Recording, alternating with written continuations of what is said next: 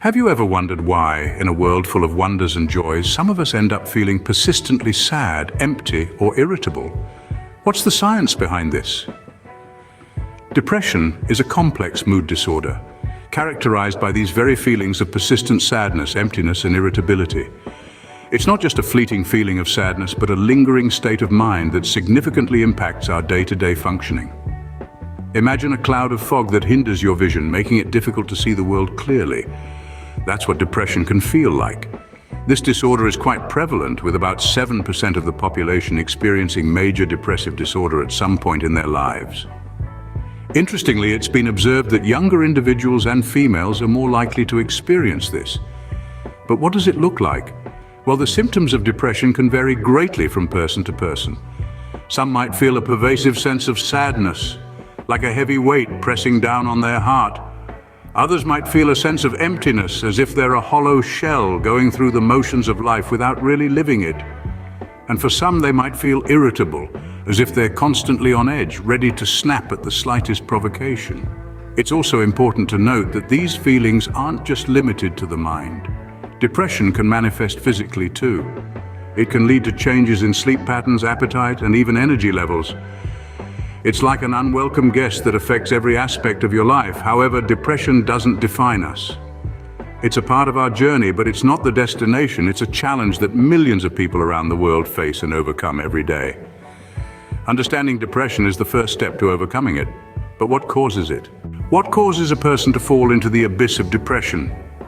It's an intriguing question, and the answer might be more complex than you think. Depression isn't just a one-size-fits-all kind of disorder, it's a multifaceted beast. A maze of interconnected factors that can lead a person down a path of persistent sadness, emptiness, or irritability. But what are these factors? Let's start with genetics. Much like hair color or height, a predisposition to depression can be passed down through our genes. So if your family tree has branches heavy with depression, you might be more susceptible to it as well. Next, let's look at environmental factors. These include a wide range of influences from our surroundings. It could be the stress of a job, the pressures of school, or the struggle with personal relationships. It's like a storm that never lets up, constantly drenching you in a torrent of overwhelming emotions. But wait, there's more. Traumatic life events can also trigger depression. The loss of a loved one, a distressing accident, or a hurtful betrayal can shatter our world, leaving us to pick up the pieces amidst the shadows of despair. Then there's the matter of our brain chemistry. You see, our moods are largely regulated by neurotransmitters, particularly serotonin. When the balance of these chemicals gets disrupted, it can lead to depression. Imagine trying to maintain your balance on a seesaw that's incessantly tilting in one direction. Not so easy, right? And finally, let's not forget about our body's internal clock, the circadian rhythm. Changes in sunlight exposure or disruptions in our sleep-wake cycle can trigger a subtype of depression known as seasonal affective disorder. It's like being caught in a winter of discontent where the promise of spring seems a distant dream. Sometimes it's not just one factor, but a combination that pushes someone into the grip of depression. Even vascular lesions or disruptions in neural networks involved in emotion regulation can contribute to this condition. So we've learned about the causes, but how can we identify it, and more importantly, how can we overcome it? This is where we'll head next. How can we detect depression, and what can be done to help those who are suffering? Depression, an often misunderstood condition, is not diagnosed by a simple blood test or X-ray. Instead, it is identified based on a person's history and physical findings. Medical professionals look for persistent feelings of sadness, loss of interest, or irritability. They also consider somatic and cognitive changes that significantly impact an individual's daily functioning.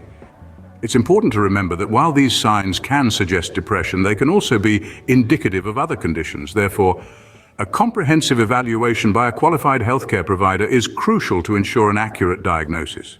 But let's not stop at diagnosis. Let's talk about hope. Let's talk about treatment. The path towards healing from depression can take different routes for different individuals. Some people may find relief through medication.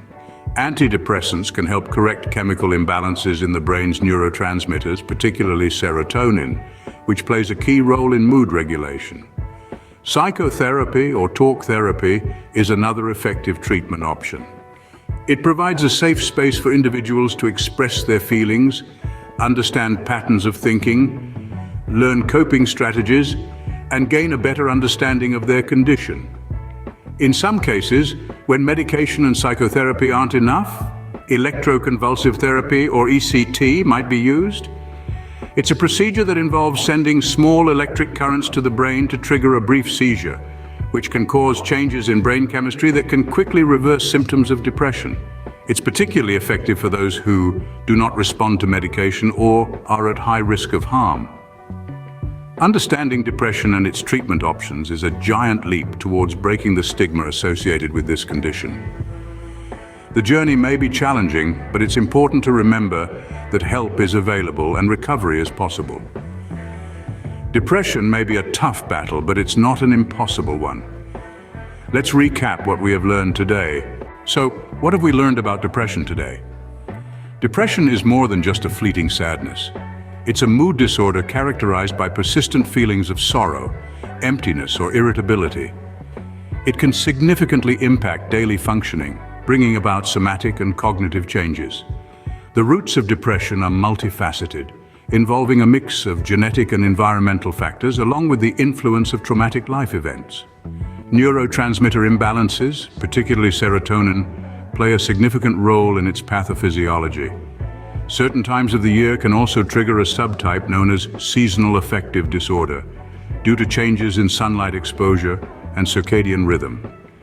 Diagnosing depression is based on personal history and physical findings, as there are no specific laboratory tests.